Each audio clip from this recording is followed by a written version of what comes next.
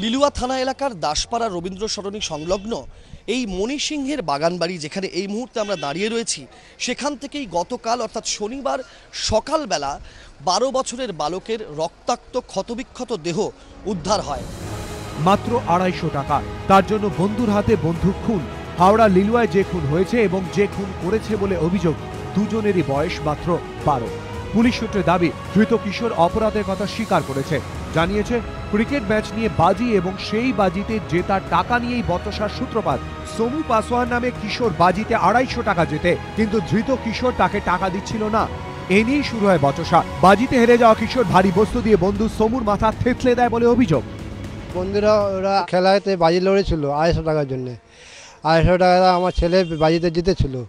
এই টাকা নিয়েই এই গন্ডগোল। আমার ছেলে যখন টাকা চেয়েছে, টাকাটা ওকে দেয়নি, তখন ওকে ফুসলে বাসে বাগানটা নিয়ে এসছে, মারধর করে পেছন দিয়ে আদলা ইট দিয়ে ওকে মেরে অজ্ঞান করে দিল। ওই অজ্ঞানের সব বিষয় ওকে ইট দিয়ে ছুঁড়ে দিয়েছে। শুধুমাত্র খুন নয়, কার্যত তথ্য প্রমাণ লোপাটেরও চেষ্টা হয়েছিল পুরোদমে, এবং সেই কারণেই যাতে ওই 12 বছরের ছেলেটির দেহ কোনোভাবে খুঁজে না পাওয়া যায়, সেই জন্যই এই দুর্ভেদ্য জঙ্গলের মধ্যে গাছপালা ইট চাপা দিয়ে দেহটাকে রেখে দেওয়া হয়েছিল।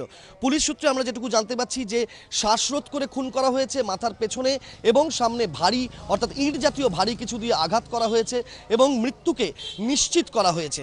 গাছের দিকে পুরো ঢুকিয়ে মাথায় এরম করে ঢুকিয়ে রেখেছিল। একটা পাবে কিছু এইটা। ইদানিং ওরা ডেলি আসে, মানে একদিনও বাদ নেই যে ওরা আসে না। এইদিকে এই গাছগুলি জল টল দিচ্ছে, তখন চিৎকার শুনলাম, শুনেই একদম সঙ্গে সঙ্গে সব নির্ঝুম চুপচাপ হয়ে গেল। তখন ওই 4:45 থেকে 5টা কি 5:10 বিকেলবেলা। সোমু ছিল বাড়ির সবচেয়ে ছোট, সবচেয়ে আদুরে, এখন সেই সবচেয়ে দূরে। আমার ছেলে তো আর খুঁজে পাবো না, কিন্তু যারা অপরাধ করেছে ওর পুরো শাস্তি চাই। মৃত কিশোরের 2 নাবালক বন্ধুকে শনিবার আটক করে পুলিশ। পুলিশ সূত্রে দাবি, জিজ্ঞাসাবাদের মুখে এক কিশোর ভেঙে পড়ে, স্বীকার করে খুনের কথা। মৃতের আরেক বন্ধুকে খুনের ঘটনায় অন্যতম সাক্ষী করা হবে বলে পুলিশ সূত্রে খবর।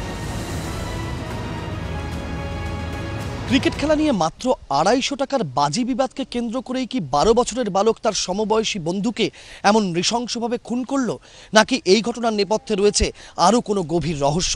উত্তর খুঁজছে হাওড়া পুলিশ। লিলুয়া থেকে ক্যামেরায় শুভজিৎ মুখোপাধ্যায়ের সঙ্গে ভাস্কর ঘোষ ও রাজর্ষি দত্তগুপ্ত, এবিপি আনন্দ।